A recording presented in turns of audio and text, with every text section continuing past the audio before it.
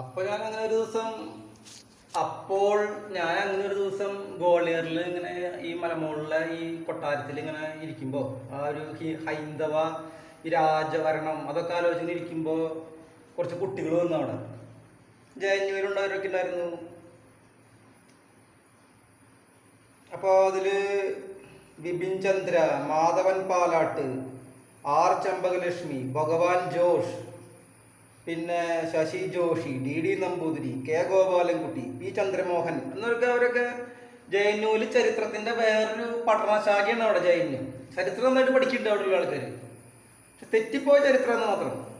ഇവരുടെ ഓരോ കുട്ടികളും സ്നേഹിതന്മാരൊക്കെ വന്ന് ഇങ്ങനെ സംസാരിച്ചു. അപ്പോഴാണ് ഞാൻ പറഞ്ഞു ഇങ്ങനെ ഗോളിയറിനെ കുറിച്ച് മലയാളത്തിൽ സിനിമയിൽ മോഹൻലാൽ പറയുന്നുണ്ട്. ഞാൻ ഈ ചിയാൻ ചാറ്റാൻസ് ഞാൻ പറഞ്ഞു, പക്ഷെ അവരതിൽ കൃത്യയുടെ പേര് പറഞ്ഞു. എനിക്കത് ഓർമ്മയില്ല. ഞാൻ എൻ്റെ ഡയലോഗ് കേട്ടിട്ടുണ്ടെങ്കിലും ആരുടെ ഗോളിയറാന്ന് എനിക്ക് ഓർമ്മ കിട്ടുന്നില്ല. മുമ്പൊക്കെ ഈ ഹരിമുരളി പാട്ടിന് മുമ്പ് മോഹൻലാലിന് സംഭാഷണം ഉണ്ടായിരുന്നു. ഈ കാലാപാനി കേസറ്റിലൊക്കെ ഉണ്ട്. അത് പറഞ്ഞത് മാത്രം ആ ഗോളിയർ. ഈ ഗോളിയർ എന്ന് പറഞ്ഞാൽ അത് കണ്ടു കഴിഞ്ഞാൽ നമ്മുടെ ഏറ്റവും നല്ല ടൂറിസ്റ്റ് കേന്ദ്രങ്ങളിൽ ഒന്നാക്കാം.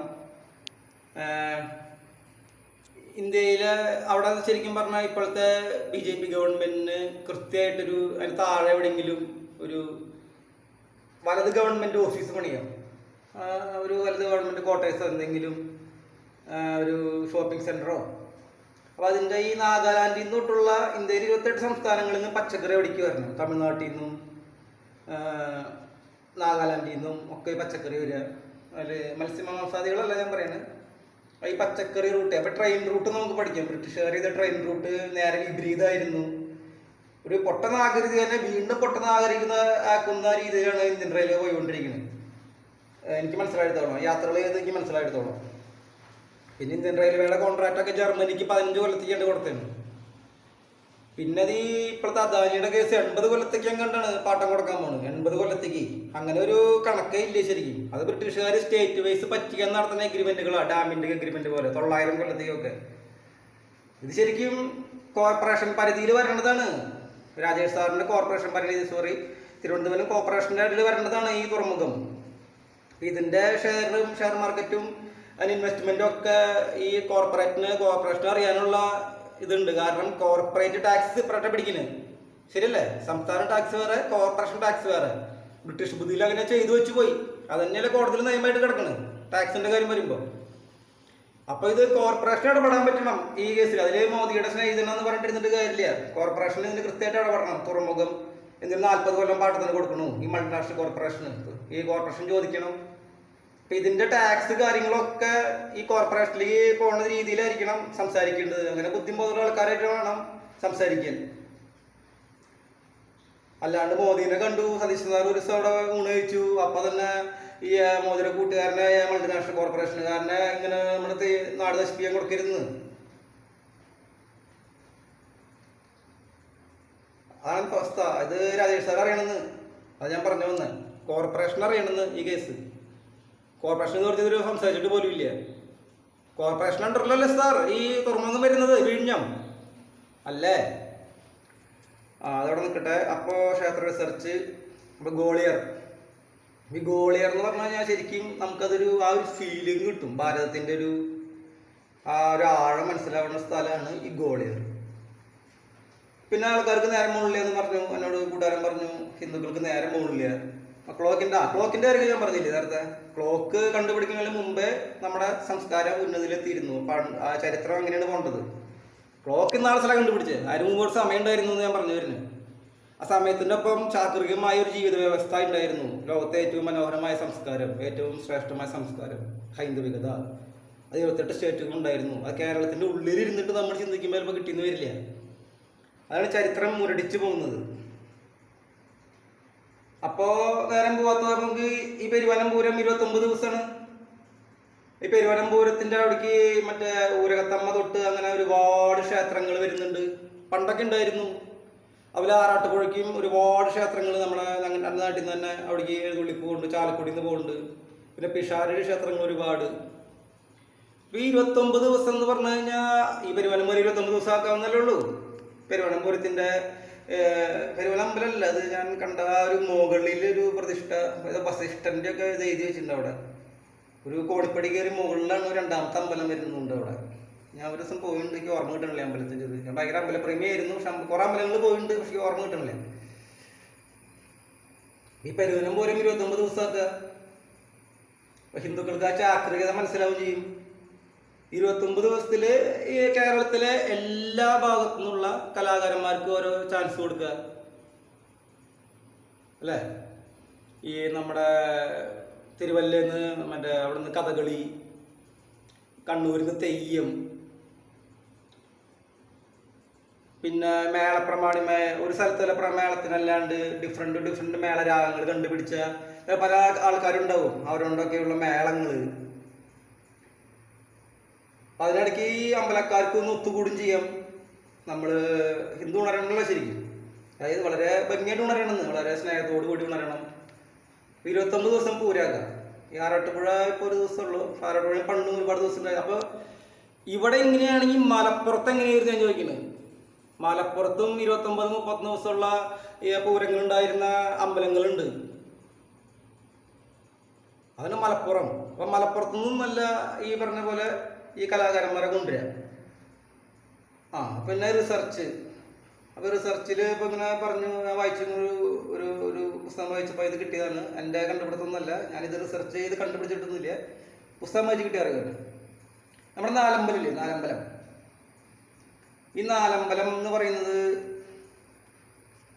നമ്മുടെ ഭരത ലക്ഷ്മണ ശ്രീരാമ ക്ഷേത്രങ്ങളും മുഴുക്കുളത്തിൻ്റെ അതും ഈ ആറാട്ടുപുഴ, അത് മൂന്നാലും കിഴക്കോട്ട് ദർശനം, ഈ ആറാട്ടുപുഴ അമ്പലം വടക്കോട്ട് ദർശനം എന്നുള്ളൊരു കണ്ടുപിടുത്തം ഒരാൾ നടത്തിയിട്ടുണ്ട്. അതായത് അതിൻ്റെ ഇടയിൽ വന്ന് കഴിഞ്ഞാൽ അതെങ്ങനെയാണ് എഴുതണമെന്നും പറയണമെന്നും പറയാൻ പറ്റുന്നില്ല. അത് ഇത്രയേ ഉള്ളൂ. അതായത് ബ്രാഹ്മണൻ തൊട്ട് നമ്മുടെ ആശാരിമാർ വരെയുള്ള ഇതിൻ്റെ ഒരു ചാക്രികമായ അവസ്ഥയോട് കൂടെ ഇവിടെ നമ്മുടെ എല്ലാം കടന്നു പോയിട്ടുണ്ട്. ആ ഒരു സ്നേഹവും ആ ശ്രേഷ്ഠതയൊക്കെ അവിടെ ഉണ്ട് എന്ന് ഞാൻ പറഞ്ഞു വരുന്നു. അന്യം നിന്ന് പോയിട്ടില്ല അത്. അതേപോലെ തന്നെ നമ്മുടെ അബ്രാഹ്മണ്യം ഇവരായിട്ടും ഇങ്ങനെ പോയിട്ട് അതേപോലെ തന്നെ അമ്പലങ്ങളിൽ ബ്രാഹ്മണ്യം നമ്മുടെ ഹരിജനങ്ങളായിട്ട് രീതിയിൽ പോയിട്ടുണ്ട്. അതാണ് നമ്മുടെ നിലവറ, കൊയ്ത്തിന് നിലവറ അല്ലേ, നിലവറ മറ്റേ പറപ്പുത്തിരി എന്നൊക്കെ പറയുന്ന സങ്കല്പങ്ങളൊക്കെ അതാണ്. നമ്മുടെ റേഷൻ കടയായിരുന്നു അമ്പലങ്ങളും, ഇത്ര ശ്രേഷ്ഠതയായിരുന്നു. അതൊക്കെ ഈ ഹരിപ്പാടായിരിക്കും ആദ്യം പോയിണ്ടാവുക. ഈ അന്യം നിന്ന് പോവത് ഏട്ടെന്ന് അതിൻ്റെ ശ്രേഷ്ഠത മനസ്സിലാവണില്ല നമ്മുടെ ഹൈന്ദവഗതിയുടെ. ഇത് മനസ്സിലാവാനായിട്ട് എന്ത് വേണം, നമ്മൾ പൂരം നടത്താം 29 ദിവസം. ഇതിന്ന് കുറച്ച് കാര്യങ്ങൾ മനസ്സിലായി. പിന്നെ ഇതെന്താണെന്ന് അറിയാം. അതുപോലെ നമ്മൾ ഈ താഴക്കാട് ഒരു അമ്പലം, ഞാൻ 100 പ്രാവശ്യം പോയതാണ്. താഴക്കാട് ഭയങ്കര പഴമ ഫീൽ ചെയ്യിക്കുന്ന ഒരു അമ്പലം. പിന്നെ ശ്രീവല്ലഭ ക്ഷേത്രം, അവിടെയും അതായത് അങ്ങനത്തെ കുറേ ക്ഷേത്രങ്ങൾ. അപ്പോൾ അത് ഞാൻ പോവാത്ത കവിയൂര് അങ്ങനത്തെ സ്ഥലങ്ങളൊക്കെ ഒരുപാട് ഉണ്ടാവാം ആഴത്തിലേക്ക് പോകുമ്പോൾ. പിന്നെ പ്രത്യേകിച്ച് ഈ പുഴയുടെ സൈഡിലുള്ള അമ്പലങ്ങൾ. അപ്പോൾ ഈ പാകിസ്ഥാൻ ഇപ്പോൾ നാളെ ഒരു ദിവസം ഉണ്ടോ, ഇപ്പോൾ കഴിഞ്ഞ 28 അലഹബാദ് സുപ്രീം കോടതി ഒരു സ്ഫോടന കേസിലെ പരമ്പരകളെ വധശിക്ഷയ്ക്ക് വിധിച്ചു. 56 നിരപരാധികളെ കൊന്നിട്ട് അവരെന്തോ ചെയ്യുക. ആ ഒരു അവസ്ഥ നിങ്ങൾ ആലോചിച്ചു. ഇത് പാകിസ്ഥാനിൽ നിന്ന് ഫണ്ട് കിട്ടിയിട്ട് ചെയ്യുന്നതാണ് ഇവർ, പാകിസ്ഥാൻ രൂപീകരണം. ഈ മലപ്പുറത്ത് ഇങ്ങനത്തെ അമ്പലങ്ങൾ 29 ദിവസം പോരാൻ നടന്ന അമ്പലങ്ങളൊക്കെ ഉണ്ടെന്ന് ഞാൻ പറഞ്ഞു വരികയാണ്. ഇതേ സംഭവം തന്നെ.